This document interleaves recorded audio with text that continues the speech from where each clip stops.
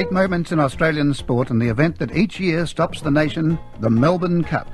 It was first held in 1861 and a crowd of more than 4,000 was on hand to watch the race and celebrate the 21st birthday of the Flemington course. A horse called Mormon was the 3-to-1 favourite in a field of 17, and legend has it that the 6-to-1 chance Archer made the trip to Melbourne walking behind a sulky all the way from Nowra in southern New South Wales. Here's a phantom broadcast of that historic first race by veteran cup caller Joe Brown. At the half-mile flag, it's still Archer holding command. He leads by 2.5 lengths from Antonelli. In third place is Prince. Then Mormon gaining ground from Flatcatcher and Tory Boy on his outside. There's a break to the more tiring and being passed by Inheritor going around him. Some distance further back is Nutwit, together with Black Bess and Grey Dawn Foundering. And in a rearward position, a Sorcerer, Fire Away and Lucy Ashton. In the home straight, Archer is maintaining his momentum and he draws 3 lengths away from Antonelli. The favourite, Mormon, has been called upon by his rider to make an effort and has responded to move into third position. Behind him are Prince, Tory Boy and Flatcatcher, and the others appear to be beaten. Inside the distance, Archer is galloping with ease, and he's moved away to lead 5 lengths from Mormon trying hard, but to no avail. Then follows Prince and Antonelli tiring badly. But Archer has proved superior to his rivals, and he passes the winning post at least 6 lengths to the good of Mormon. 2 lengths away, third comes Prince. In fourth position is Antonelli, who tired over the last... Joe Brown's impression of the first Melbourne Cup. Archer won again in 1862, this time as the 2-to-1 favourite. But the horse was not allowed to start in 1863 because the telegram from Sydney arrived on a public holiday in Melbourne and it could not be delivered before closing time for acceptances. Over the years, the race grew quickly in popularity, and probably the most versatile horse ever to race was Malua, winner of the Oakley Plate over 5.5 furlongs, the 1884 Melbourne Cup over 2 miles, and the Grand National Hurdle over 3.25 miles.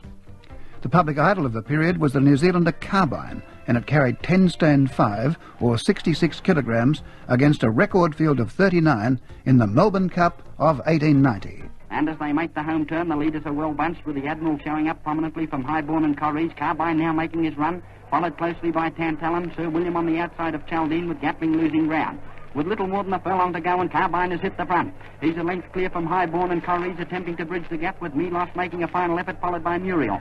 Half a furlong from the post now, and Highbourne and Corries are gaining ground on Carbine. Ramage has drawn the whip, and the top weight responding gamely is making light of his 10 stone 5 burden. In the run to the post, Carbine has outstayed the opposition, and Carbine passes the post about 2 lengths in front of Highbourne. Corries a length and a half away third. Enoch fourth, followed by... And that win was in record time. Carbine won 33 races in 43 starts, and was rated the greatest horse ever to race in this country for another 40-odd years. Then that title was taken over by a galloper known affectionately as Big Red, the mighty Phar Lap, hero to a nation. Here's an emotional account of Phar Lap racing in the 1930 Melbourne Cup. Here he is with 9 stone 12, 136 pounds as a 4-year-old in the Melbourne Cup of 1930. 10,000 pounds sterling that race was worth. And the best stayers in Australia were engaged, but Phar Lap simply played with them. Here he comes now, over near the inside rails, going easily, but Pike's not going to take any risks. He's riding him out. The others are scrambling for second and third. No danger now. Here's the post, and Pike eases him. Why, it's like he's taking candy from a baby. There's nothing quite like Phar Lap in the history of Australian racing. The jockey there, by the way, was Jim Pike, and that was his first win in his 14th attempt in the big race. A tribute now to Phar Lap from Joe Brown. Phar Lap was foaled on August the 4th, 1926 at Mr. A.F. Roberts' Seadown stud at Timaru in the South Island of New Zealand. By night raid from entreaty, his sire had performed without any great distinction in England before being exported to Australia, where he won only 1 race. Night raid stood at Wagga in New South Wales before being exported again to New Zealand. At the yearling sales, the chestnut colt was listed as lot 41 and was purchased by Hugh Telford for his brother Harry for the princely sum of 160 guineas. At that price, he must be regarded as the greatest bargain ever made.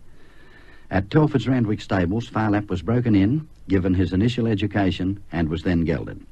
He had his first start at Rose Hill in a 5.5 furlongs nursery on the 23rd of February 1929, and he performed very poorly. His first win was in a 6 furlongs maiden at Rose Hill on the 27th of April 1929. After winning the Rose Hill Guineas, he went on to score in the AJC Derby, Craven Plate and the Victoria Derby, and was also third in the Melbourne Cup.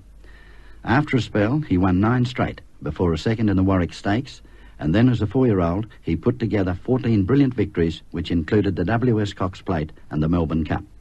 Then, after a second in the CM Lloyd Stakes, he won another 8 races straight. At the 1930 VRC Carnival, he won the Weight for Age Melbourne Stakes on Derby Day, the Melbourne Cup on Tuesday, the Linlithgow Stakes on Oaks Day, and the CB Fisher Plate on Final Day. In 1 week, he had won 4 races over a combined distance of 5 3/4 miles, proving that he had the constitution of an iron horse. His crowning glory came on the 20th of March 1932, when he won the Ague Caliente Handicap of 1 1/4 miles in America, recording a new course record of 2 minutes, 2 4/5 seconds. His sectional times were really amazing. He was slow to begin, checked on the first turn, went to the centre of the track, and never went inside one horse. He ran the first 2 in 22 4/5, the first half mile in 46 3/5, the first 6 in 1:11 3/5, and the mile in 1:36 3/5. Between the 6 and the half mile, he ran an amazing 22 seconds flat. It was a remarkable performance against the best horses in America. His massive heart of 14 pounds is in the Institute of Anatomy in Canberra, his mounted hide in Melbourne's National Museum, and his skeleton in New Zealand. Thus, Phar Lap lives on today and must be regarded as one of the greatest thoroughbreds the world has ever seen. Joe Brown. Live radio descriptions were introduced in the 1930s, and the caller in this initial broadcast in 1932 is Eric Welsh. They're making the turn into the straight near the 3, and it looks as though Induna and Rogilla are together about a length and it's about the 2 furlongs post. There's little between Induna and moving up well on the rails, Bo Nilly, and then Rogilla and Peter Pan coming into it. Oh, Uramba will bolt in. He's come round the outside of the field and looks to have them all well beaten. Uramba wins it all right. He's coming away from Peter Pan, who's finishing on a bit strongly. Now Peter Pan might get there. It's going to Peter Pan will win it. Peter Pan will win it. Peter Pan wins from Uramba with Shadow King third. And it was Peter Pan in race record time. The horse scored a second win in 1934 on a quagmire track, and the jockey was the legendary Demon Darby Munro, who was destined to ride 2 more Cup winners before his retirement. Racing really boomed in the late 1930s, and the most talked about race was about a loser rather than a winner. The event was the Weight for Age Rawson Stakes in 1939 with a field of only 3. The winner, Spear Chief, started at 33 to 1, and the second place getter was the champion Ajax, starting at 40 to 1 on. Ajax, therefore, was the shortest priced loser in Australian turf history. After the war, a giant strider named Burnborough dominated the scene, with a string of 15 wins in a row in 1946. Here's the exciting combination of a Queensland horse on a Queensland track with a Queensland race caller. First the sprint, the Ahern quality at Doomben, the caller Keith Nowd. Down towards the 3 furlongs, and the leader on the inside is a Dewey from High Rank and High Strung, moving there as Hall Stand. Half a length to Lagoon. Marley's looking to run there on the fence. A half a length farther back is Feltfors. And Burnborough's dropped back. He's still in front of about 6 horses and in almost an impossible position. After 2 furlongs, just rounding the bend for home, the leader is High Strung. He's just in front of Cragsman, moved up very smartly on the outside. Then comes a Dewey, followed by Marley on the outside, then Scorefell and Puffin coming home fairly well. As they reach the furlong pole, Cragsman leads from coming home fairly well as Scorefell and Marley. 50 out go. Burnborough's coming from the clouds now on the outside. He's putting them in fast. And the Burnborough reaching the leaders has got the front, and Burnborough wins it from Cragsman. The next is a Dewey, followed on the inside by Puffin. And next, the distance race, the Doomben Cup. With 3 furlongs to go, Puffin leads from Repshot. Got a beautiful run through on the inside and has joined Puffin in the lead. And Repshot, with 2 furlongs to go, is just in front of Puffin. 3 lengths farther back is Fox Breeze. Then on the inside is Tea Cake, followed by Burnborough on the outside. With a furlong and a half to go, the leader is Repshot. Leading a length farther back is Puffin. 2 lengths farther back is Craigie, followed by Burnborough, who is coming home fairly well now. With a furlong to go, Repshot leads by about a length from Burnborough from the clouds. He's coming like a tornado, and Burnborough's got his head in front of Tea Cake. Burnborough's flying away. Oh, this mighty horse is going to win it well, and Burnborough goes on and wins. wins it from Tea Cake. Third is Craigie. The next is Retcock. The mighty Burnbury with its devastating finish. And the jockey for all of those 15 straight wins was Athol George Murray.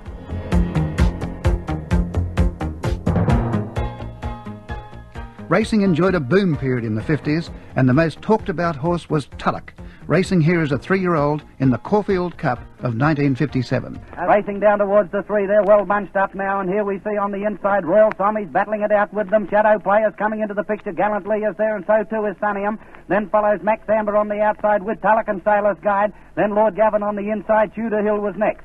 So they commenced the run around the home turn now with only 2 furlongs to go. And on the inside, it's Royal Storm still going along with them from Shadow Play on the outside. Max Amber is set out after them now, and as they head for home, Max Amber on the outside might just be the leader. Here comes Tulloch down the outside of the field. As they went past the furlong post, Max Amber in front from Tulloch over on the outside. In a stride or two, the champion Colders hit the front. Tulloch the leader with 50 yards to go. He's racing right away from the opposition, and Tulloch goes on to win by about 4 lengths from Max Amber. Sailor's Guide was third. On the outside, fourth was Lord Gavin. Tulloch's triumph was followed by controversy when the horse was scratched from the Melbourne Cup in the same year. That decision was roundly criticised, but the owner believed that the horse had been harshly handicapped at 52.5 kilograms, which was 5.5 kilograms over weight for age. 3-year-olds, by the way, have a poor record in the Melbourne Cup. Tulloch's trainer was T.J. Smith, who has reigned supreme as number 1 in Australia for a long, long time. His main challenger is the Cup King, Bart Cummings, who trained 3 Cup winners in a row in 1965, 66 and 67, with a total of 7 wins overall. He also trained the second horse on 4 of those occasions. Perhaps the greatest jockey of post-war years was George Moore, who rode more than 1,000 winners during his career, and in one carnival of 29 races he rode 15 winners. But there are many others: Neville Selwood, Roy Higgins, and more recently Ron Quinton and Mick Dittman. And there were glamour horses too: the Gundawidi Ray Grunsind and the prolific winner Kingston Town. With money pouring into the sport, it was inevitable that the $1 million mark in prize money would be reached. The horse, Manicato; the race, the Moyer Stakes, 1982, the commentator, Greg Miles. It's Rancher in front around the home turn. Manicato is coming at him. Rancher tackled by Manicato. The old fellows race clear. Manicato's the length in front. Razor Sharp finishing well, but Manicato, the $1 million horse. Manicato, 3/4 Razor Sharp. He chopped him near the line. Avatar ran third, then came Atchar. Manicato, racing's first millionaire. Finally, there's nothing more exciting than a horse coming from near last to win a big race. Kiwi in the Melbourne Cup, 1983. Next in the field is Noble Heights, and then Fountain Court, a length to Chagamar, well back with Shanu, homemade. Then to Jules Mio. They're packing up now. A length and a half to Mebron Boy Kiwi. Amarant's going to be pulled up at the 800. In the straight, and Kiamare went to the lead at the 400 from Mark Vogel. Noble comments out after him, and Mr. Jazz is starting to wind up strongly. Then Triumphal March, and further back is No Peer. Kiamare's grabbed by Mr. Jazz and Noble Comment, and they've raced away from No Peer, and then below so Noble Comment and Mr. Jazz. Noble Comment and Mr. Jazz will fight it out, and here's Kiwi. Kiwi is flying, and Kiwi got up to win the cup from Noble Comment and Mr. Jazz.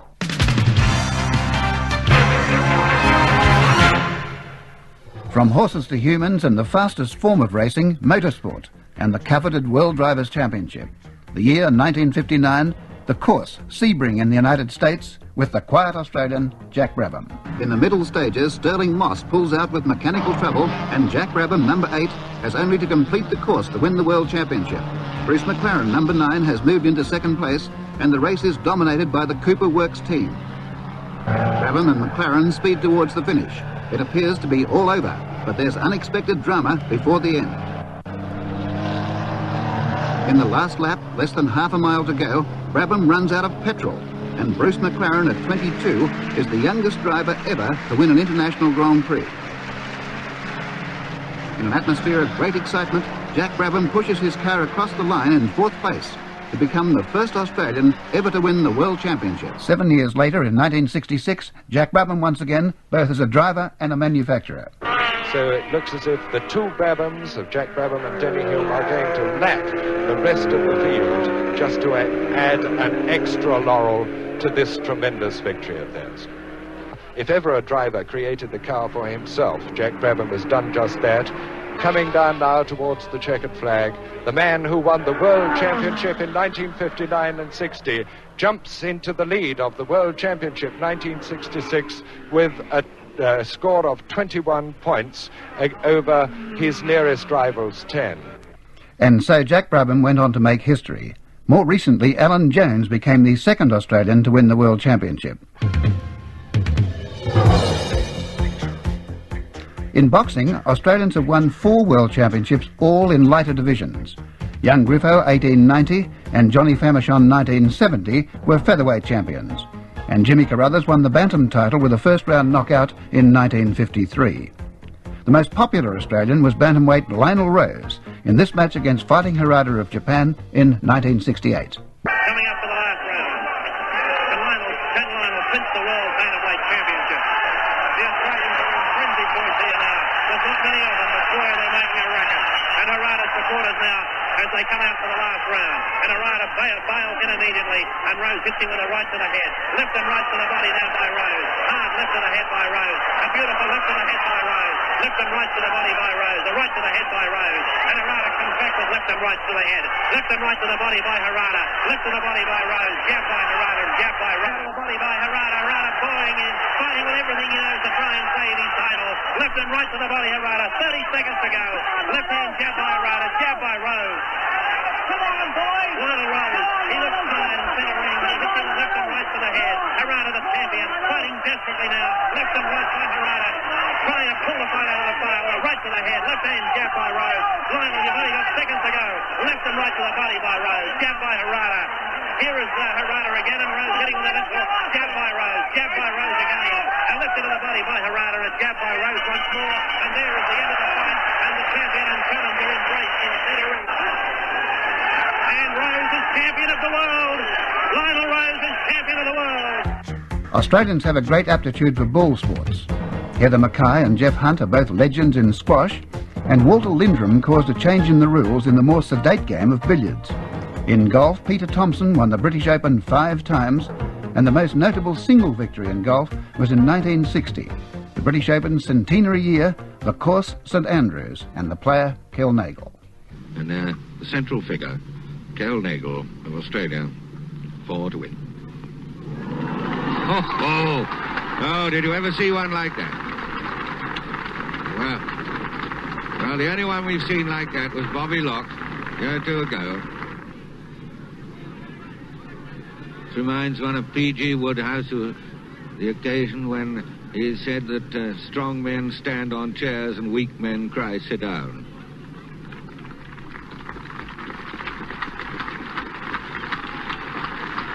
There comes Kel Nagle. A tremendous moment. He can, unless he turns the ball over in addressing it, he must win it now. He's got 2 to win from about a yard. People are clinging from the chimney pots and looking out of every window, hanging on balconies. And here is Nagle with 2 to win the championship. Oh, he doesn't get it. He's got to get it in now. He's got to get it in, take trouble. He's got it. Well done. And so Kelvin Nagle of Australia wins the Centenary Open Championship by 1 stroke from Arnold Palmer.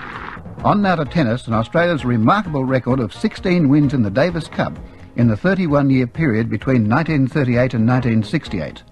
And the match rated as the greatest ever. Melbourne 1953, 19-year-old Lou Hode Australia and Tony Trabert United States.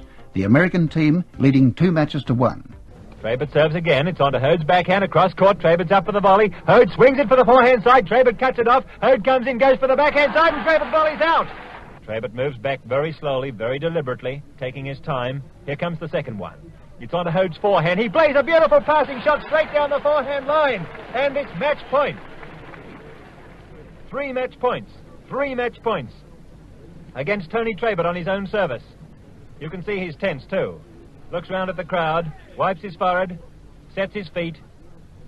And Lewis Hode, casual as ever, receives the first service on his backhand. It's across court. The match is over. A magnificent return from Lewis Hode. Trabert had no hope whatever. You can hear the applause. You can hear the crowd. They're all standing up. A great win to Lou Hode. In the final singles, another teenager, Ken Rosewell, defeated Vic Satius, and Australia had won the Davis Cup 3-2.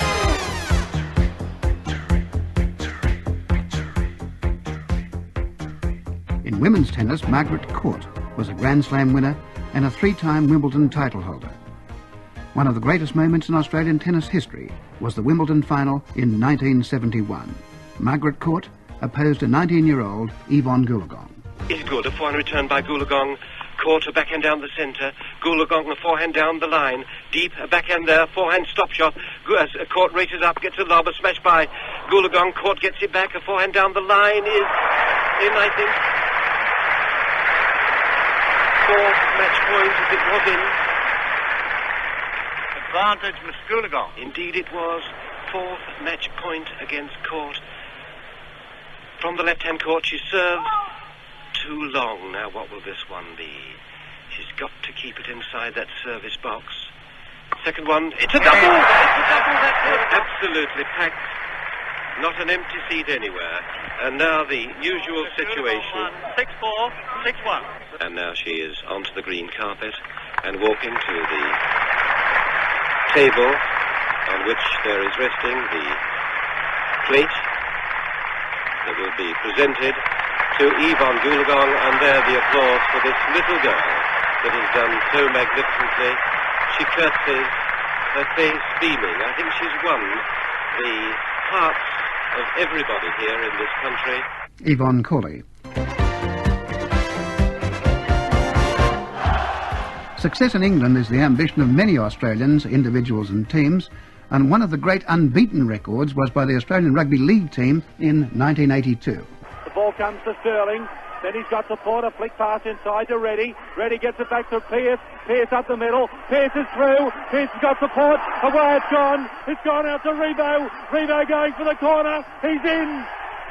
Rebo scores. Anyway, here's Wayne Pearce making a good bust. He gives it away. Inside Kenny. Kenny to Trilich. Trilich is going for the line. He's got support. He's going to score. Under the post. Now the Australians retrieve the ball from the kick-off. Steve Rogers from halfway. Had McCabe out wide. McCabe. Play on. Wally Lewis has made the break. Looks for support. Gives it away to Kenny. Kenny racing downfield. Kenny a beautiful swerve. Scores next to the post. Australia unbeaten on the tour of Britain and France. 1977 was a remarkable year in domestic football, with drawn grand finals in both Rugby League in Sydney and the VFL in Melbourne. For sheer excitement, the VFL Grand Final, North Melbourne and Collingwood. 31 minutes gone, grand final. The bell must be ringing shortly for North Melbourne supporters. A little bit more time since the Collingwood supporters. There's on the half-back flank and a mark there to Picken, who's on the half-forward flank. Oh, he's going back now. Well, he's a defender. Let's see what sort of a kick. It's not a bad one, but it's going to drop well short. Up go the pack. There's a mark. The mark to Collingwood. Dunn comes in, shoots, and it's through. Scores a level. 76 Collingwood, 76 North Melbourne.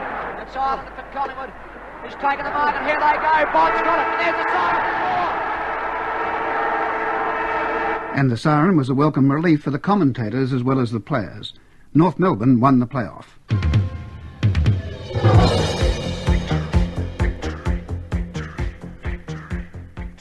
Australia's most recent triumph in football was in rugby union, the 1984 Wallabies winning the Grand Slam, defeating in turn England, Ireland, Wales and Scotland, and an individual triumph for the 5'8", Mark Ella. Mark Ella, liner to Ella. Mark Ella! Mark Ella! Oh, what a great try to Australia! Cutler, brilliantly won. Ella. Mark Ella takes it up. Liner! Oh, man taken out of the play. Matthew Burke. Campese! Mark Ella! What a try! Hodge Titley away to Lewis. He's hardly seen the ball, this man. This is Perkins. Ella! Mark Ella! What a try! And what an end to the test match! He scored a try in every test on tour! And what an ending for Australia! Fantastic. Australia have it. Mark Ella. Gould. Overlap for Campese. Mark Ella! He's done it! A try in every test match! The first time in history! Australians have a great record in water sports, with many world champions in the exhilarating sport of surfing, from Nat Young and Midge Farrelly in the 60s to the modern-day stars Mark Richards and Tommy Carroll. Water skiing is another popular sport, with Brett Wing dominating international barefoot events, and Kim Lampard is a more recent women's champion. There have been many great performers in sailing, but the ultimate achievement was in 1983, and Australia 2's challenge for the America's Cup. What a great moment this is. She's very close now. 10 seconds. One boat length. She's coming up. She'll tank. She'll shoot up into the wind here, and that's what she's doing. She's shooting up into the wind. She's going head to head. She's won the cup. Australia 2 has won the America's Cup. After 132 years of American domination, finally the Prime Minister on that day, Bob Hawke. It's one of the greatest moments in Australian sporting history. And that comment echoes the sentiments of all Australians. Indeed, a great moment in Australian sport.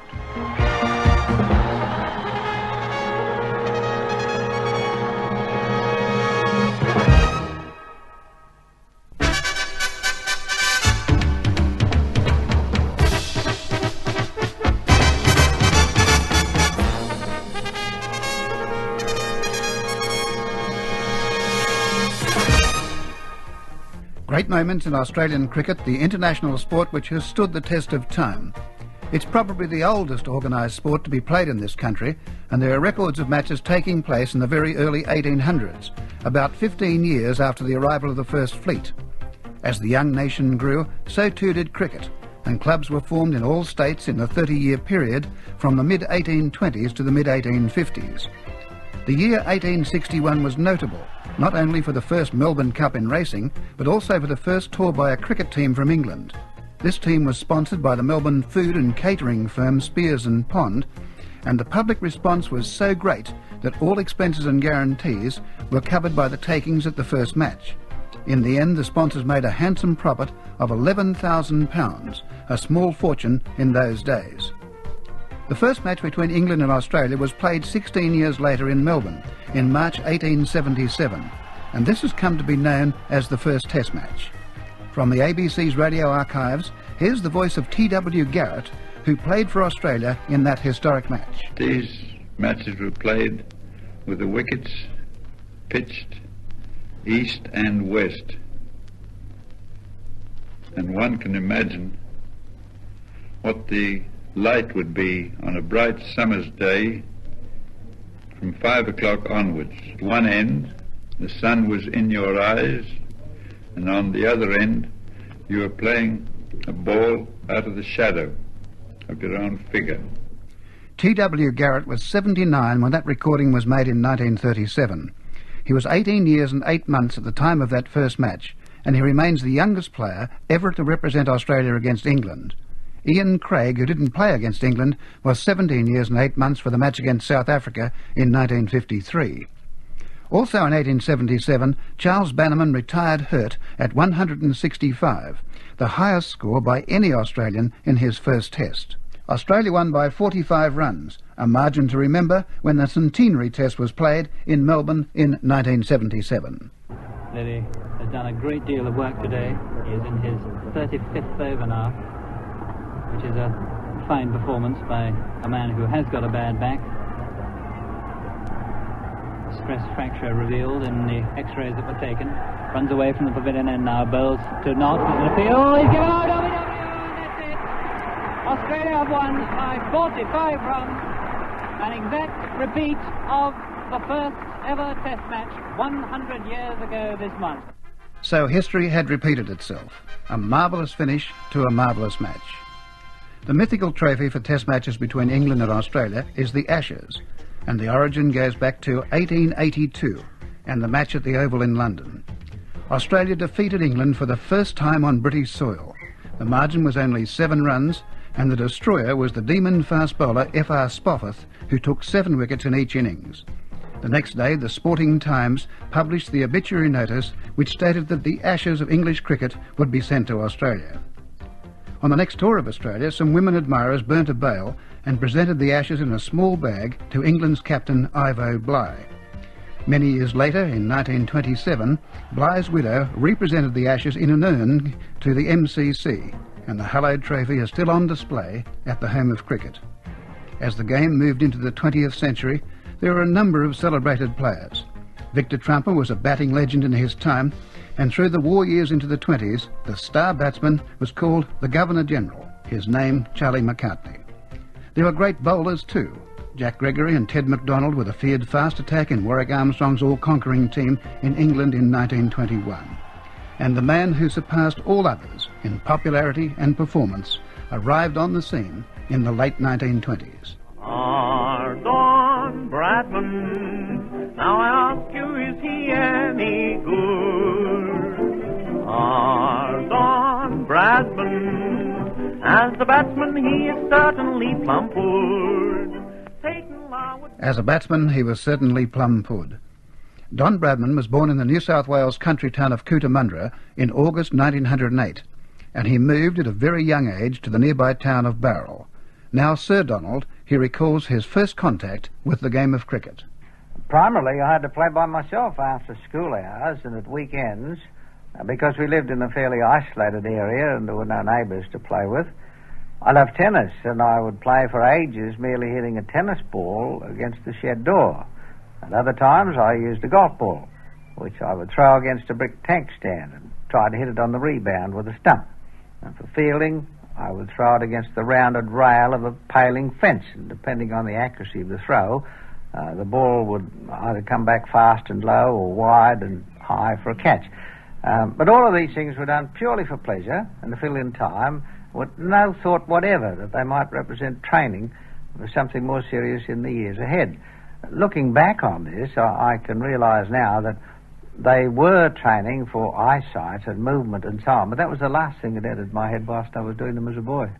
From those humble beginnings, Don Bradman moved on to city life to enter the Test arena on a rain-affected pitch in Brisbane in 1928, failing as a batsman with only 18-1. He was dropped for one match, and he returned to start a century habit which he maintained for 20 years. He returned in triumph after the Tour of England in 1930, after scoring a record 974 in the 5 Test series, with innings of 334 at Leeds and 254 at Lords. Don Bradman was a national hero, and it was not only a matter of amassing huge scores. He was a match-winning player, with lightning reflexes, a deadly eye, and an extraordinary range of strokes. For a small man, his power was remarkable, and his concentration seemed limitless. He believed that it was possible to hit any ball bowled for 4, and more often than not, he proved his point. He was the cause of the notorious bodyline methods used by England in 1932-33 in Australia, and here the batsman's body, and not the stumps, were the prime target for the fast bowlers. Jardine and company managed to reduce Bradman to mortal proportions, but he still made an average of 56 per innings in the Test matches. Bodyline was outlawed, and Don Bradman climbed back to great heights. In 1936 he was made captain of Australia, and public interest hit a new peak for the series against England. The aggregate attendance for the 3rd Test in Melbourne in 1936 was more than 350,000, a staggering average of nearly 60,000 for each of the 6 days of play. That was a world attendance record, and it still stands. England won the first 2 Tests of that series, but Australia fought back to level at 2-2. Therefore, the 5th Test, also in Melbourne, was the decider. Here's the actual broadcast during the key partnership between Bradman and the vice-captain, Stan McCabe. Hammond to Bradman again. This one a faster. Beautifully fielded there by Worthington, who just shot out that hand of his as the ball seemed to be flashing past him and saved the run that would have brought the captain his 100. 2 for 217, and Hammond this time sends up another good length ball and keeps Bradman pinned to the crease. He strikes it back down the wicket to the bowler. 2 for 217, and here we are, just like you folk, waiting for the run that will give the Australian captain his 100. This time he's got it. A roar of the crowd puts up 100. And the total 218. The Englishmen, showing splendid sporting spirit, are clapping, and also McCabe is congratulating Bradman by patting his hand onto his bat. 100 up once more to Bradman. Mackay being 67 and 2 down for 218. Here the cheering breaking out in the great outer stand, which is comfortably filled today, and the game is held up whilst we await next ball from Hammond. Hammond does not wait for the applause to die down, and another sweet shot, late cut. Here comes the racehorse. Hard stuff. We've got to stand up to see whether he saves it, but it's 4. And McCabe extends his hand to Bradman as they meet in the centre of the wicket, and no doubt Bradman is saying to the vice-captain, I wish you luck too. Bradman went on to make 169, and Australia won the match and the series 3-2. The Don continued to dominate the cricket scene, but like anyone else, his career was interrupted by the Second World War. Test matches resumed in Australia in 1946-47, and then Bradman captained the unbeaten team in England in 1948. His final Test innings was played at the scene of the Ashes Test, the Oval in London. Here's the applause for Bradman as he comes in.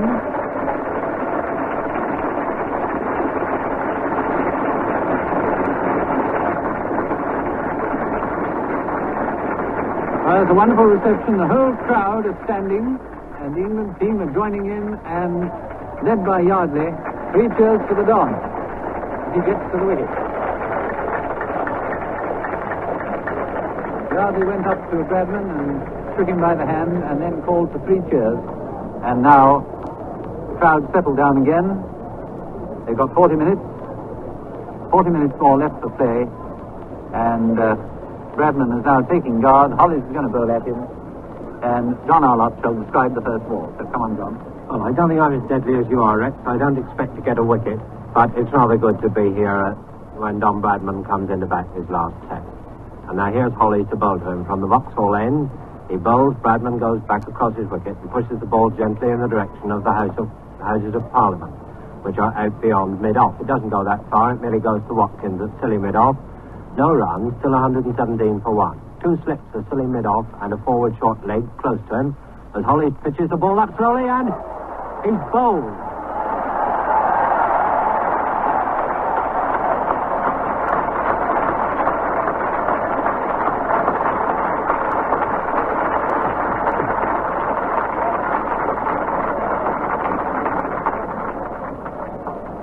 Bradman bowled Hollies no. Bowled Hollies no. And what do you say under those circumstances? I want you to see a ball very clearly. In your last test in England, the ground where you played out some of the biggest cricket of your life, and where the opposing team have just stood round you and given you 3 cheers, and the crowd has clapped you all the way to the wicket. A sad moment, yes, but a great moment also, because it marked the final appearance of the finest player Australian cricket has known. A bare 4 more runs, and he could have finished with a Test average of exactly 100. During his career, he scored more than 100 centuries in first-class cricket at the rate of 1 every 3 innings played. The next best from any country rates about 1 in 6. And his best innings? Let's hear an opinion on that subject from the great man himself. In terms of sheer technical satisfaction, perhaps my 254 at Lord's in 1930, simply because with 1 or 2 exceptions, every ball went exactly where I intended it to go. I suppose my scores of 452 at Sydney and 334 at Leeds must rank highly, but I made errors in them, and from a team viewpoint, neither was as important as perhaps my 173 at Leeds in 1948, which helped bring us a rather historic and unexpected victory. But there is not much personal satisfaction in making 100 and being missed several times. Any artist must surely aim at perfection, and that is why I think Lord's 1930 is my first choice. Sir Donald Bradman.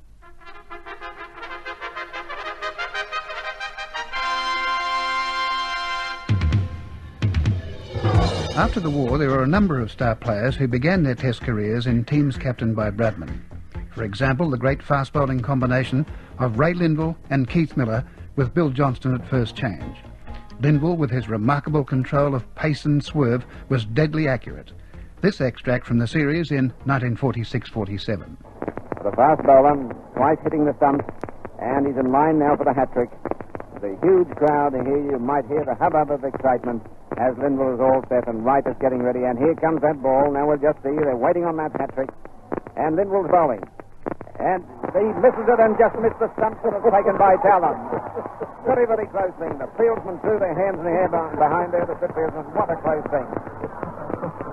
Robert, there's rough been here today, Arthur. This is excitement we had there. There's cigarette paper. Arthur Gillingham just told me cigarette paper, meaning that the ball was that close to the stump.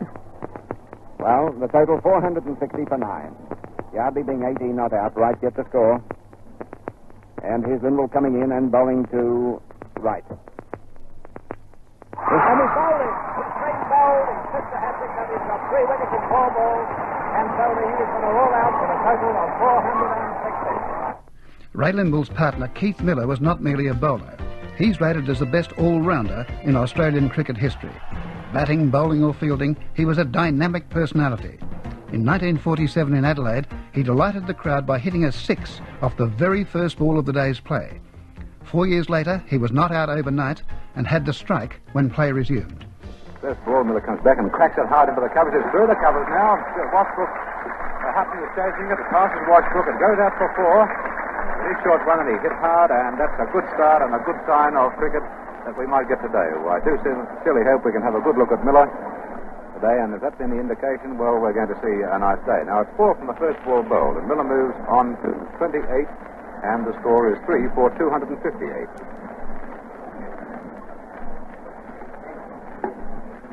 Betzer again to Miller. Miller cracks the next one. That's through again. Number 4.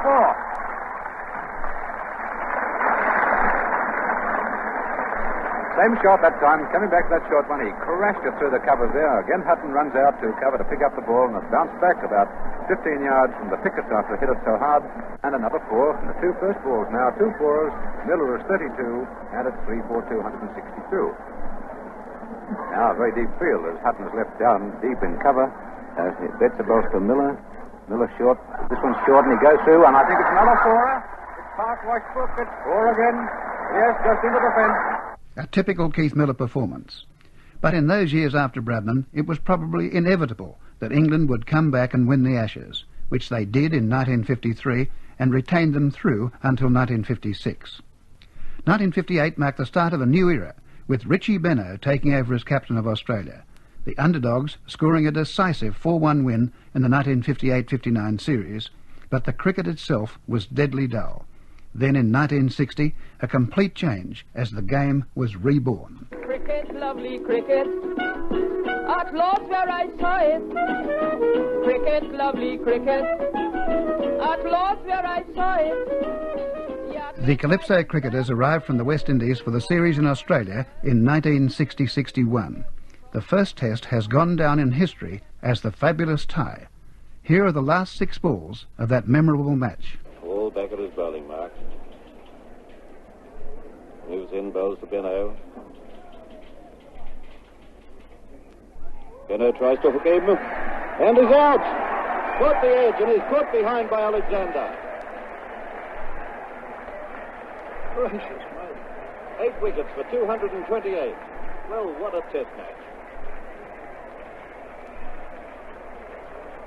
And here's Mekif coming out now. Can Australia win this test match? 3 minutes of play left and about 6 balls to go. On the other point, can Hall win it for the West Indies? Crowd on their toes, the fieldsmen on their toes. The most unconcerned person on the Brisbane cricket ground, Wesley Hall, as he tosses the ball idly from hand to hand. Moves in, bowls to Mekif.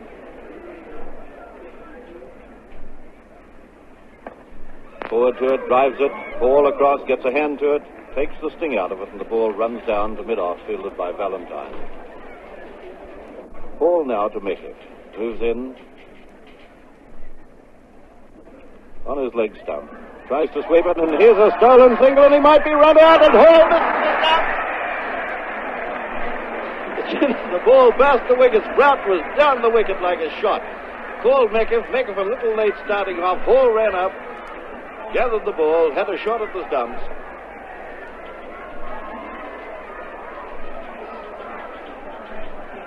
Won by Sundry's 14. Meckev has yet to score. Grout is 1. 8 for 229. Ball to Grout. Grout skies him. 3 of them, 4 of them getting under it. Canhigh catches it and it's stopped. It's stopped. Hall and Canhigh ran in for it. 4 of them converged on the ball. Hall dropped it. Hall eventually got his hands to it, but Canhigh came in and I'm sure he balked Hall in his efforts to catch that one.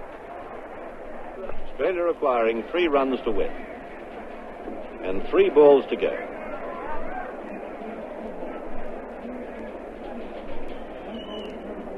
Hall steps in off the mark. Shirt trailing behind him. Bowls to Meckev. Meckev pulls him high into the outfield. 4 runs. No, it won't get to the fence.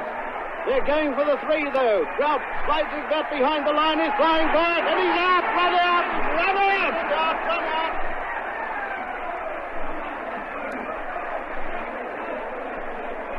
Two runs only. Australia still requiring 1 run to win.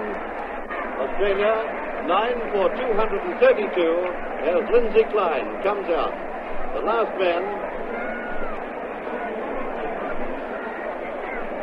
for Australia. 2 balls to go in this test match. Hall back at his bowling mark. He will bowl to Klein.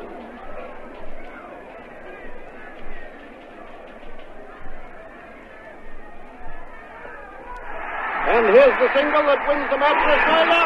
He's out! He's right out! Right out! The stumps are thrown down. Well. And that was the only tie in Test history. Oddly enough, contemporary players don't regard the tie as the greatest test played by an Australian team. Their pick is the 4th test between England and Australia at Manchester in 1961. Australia appeared to be hopelessly beaten at least 3 times, but came back to score a resounding win. Alan Davidson and Graham Mackenzie featuring in a last-wicket stand of 98, and Richie Benaud taking 6 wickets in England's second innings.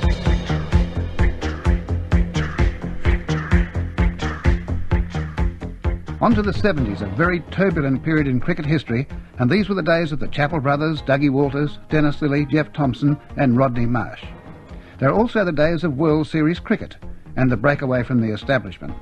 The upshot has been the vast increase in the popularity of one-day cricket, and those limited over games can reach a high peak of excitement. Holding starts, the penultimate over. It's to Hogan. He swings at this. It's caught by Logie. He's caught by Logie at mid-wicket. He hurled himself at that ball, smashing across the line, and holed out to Gus Logie at mid-wicket. He's in. Lawson swings it in the air. It's safe behind square. They've taken 1. They're coming back for a second. The throw goes into the bowler's end. Hogg's run out. He's run out at the bowler's end.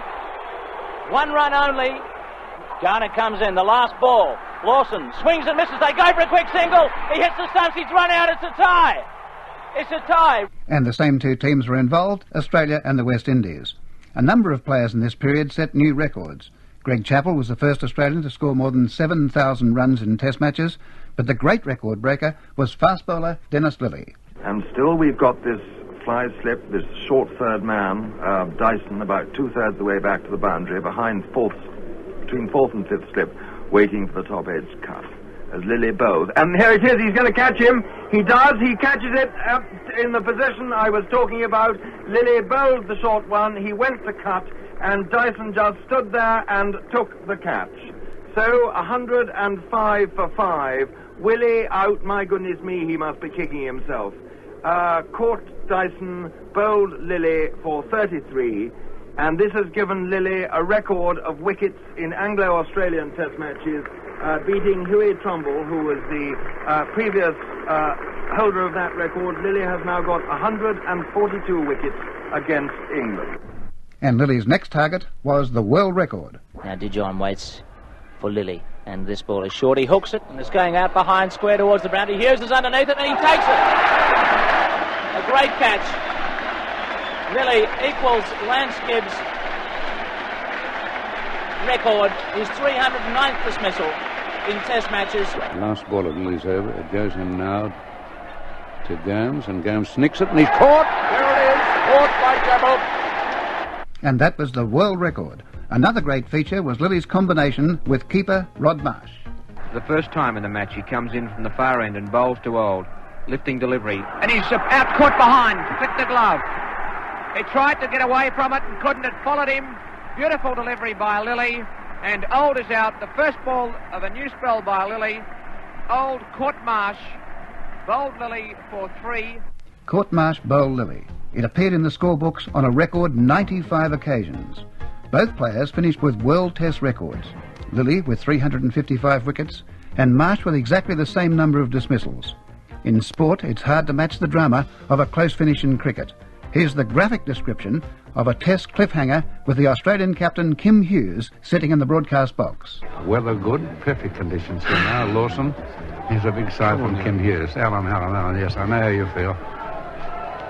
Dilly is on his way to bowl to Lawson, and Lawson turns it down the forward. There's one, go on, says Kim. 1, 2. And Dilly goes in away from us now again to bowl to Lawson. And Lawson a full toss, and he puts out 4 runs.